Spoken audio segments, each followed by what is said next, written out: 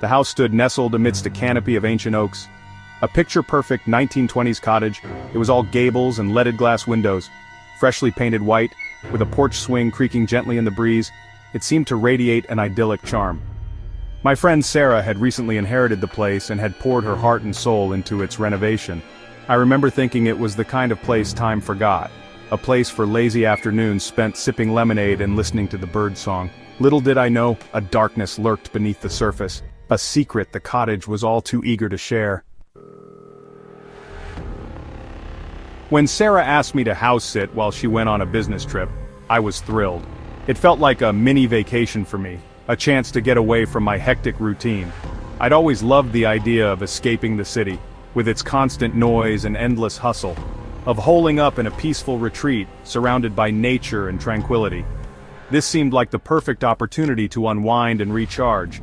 Besides, I was eager to experience the cottage's charm firsthand. Sarah had always spoken so fondly of it. The first day passed without incident. I unpacked, explored the garden, and marveled at the blooming flowers, and settled down with a book on the porch swing, enjoying the serene environment. The silence was almost unnerving at first, a stark contrast to the city's constant buzz, broken only by the chirping of crickets and the occasional rustle of leaves in the gentle breeze. As dusk settled, however, the atmosphere shifted, the shadows grew longer, and the air felt heavier. It wasn't anything tangible, just a subtle prickling at the back of my neck, like I was being watched.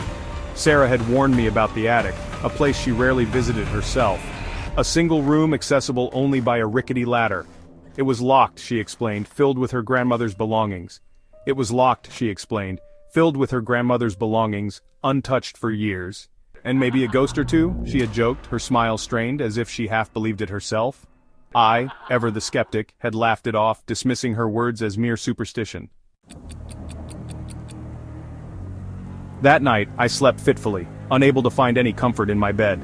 Strange dreams plagued me, filled with shadowy figures and whispers I couldn't quite decipher. They seemed to be calling out to me, but their words were lost in the void. I woke with a start several times, convinced I heard noises in the empty house. Each time my heart pounded in my chest and I strained to hear any sound in the darkness. Footsteps creaking on the stairs as if someone was slowly making their way up. A soft tapping on the window pane, rhythmic and persistent, like a gentle knock. I told myself it was just the wind, the house settling, trying to calm my racing thoughts.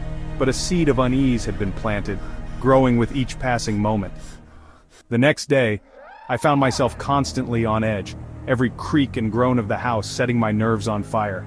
The noises persisted, faint but undeniable, echoing through the empty hallways. Scratching sounds coming from the attic, even though I knew it was empty. It felt like something was trying to claw its way out. The murmur of voices when there was no one else around, whispering secrets I couldn't understand. I tried to rationalize it, blaming it on faulty wiring or perhaps bats in the eaves, anything to make sense of the madness. But deep down a cold dread was beginning to bloom in my chest, a fear that something unseen was watching me. Then came the incident with my boyfriend, Mark. He'd driven up for the weekend, eager for a romantic getaway. But the moment he stepped into the cottage, he felt it too. The oppressive atmosphere, the sense of being watched. That night, lying in bed, we both heard it. A distinct, blood-curdling scream echoing from the attic. We lay frozen, hearts pounding in our chests. Then, gathering our courage, we crept upstairs, armed with a flashlight and a rusty poker from the fireplace. The attic door, which I could have sworn I had left bolted, stood slightly ajar. A cold draft sent shivers down my spine. We exchanged a terrified look. Neither of us dared to speak. Hesitantly, we pushed the door open, the creaking sound echoing through the silent hallway. The attic was pitch black, the air thick with dust and the smell of decay. It felt like stepping into a forgotten world, untouched by time. Mark flicked on the light switch, but nothing happened. The bulb must have burnt out years ago, leaving us in the oppressive darkness.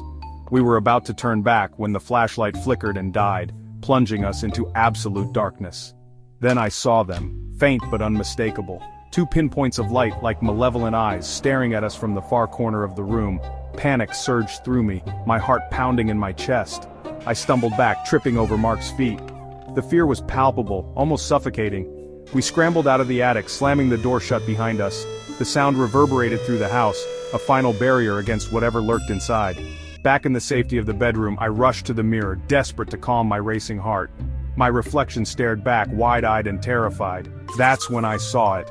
A shadowy figure materializing behind me. Reflected in the glass, staring back at me with chilling intensity, was the face of a man. His presence was undeniable, almost tangible. His skin was ashen gray, his eyes two black pits devoid of light. It was a face that seemed to belong to another era, another world. After that, we didn't stay another night. The fear was too great, the presence too overwhelming. We packed our things and left, the image of the man in the mirror seared into my memory. It haunted my dreams, a constant reminder of that night. Sarah moved out shortly after, unable to shake the feeling that she was not alone in the house. The sense of being watched never left her. To this day, the cottage remains empty, a silent testament to whatever unseen force haunts its walls.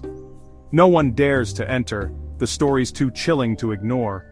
The charming facade remains, but the darkness lingers, a chilling reminder that some secrets are better left undisturbed.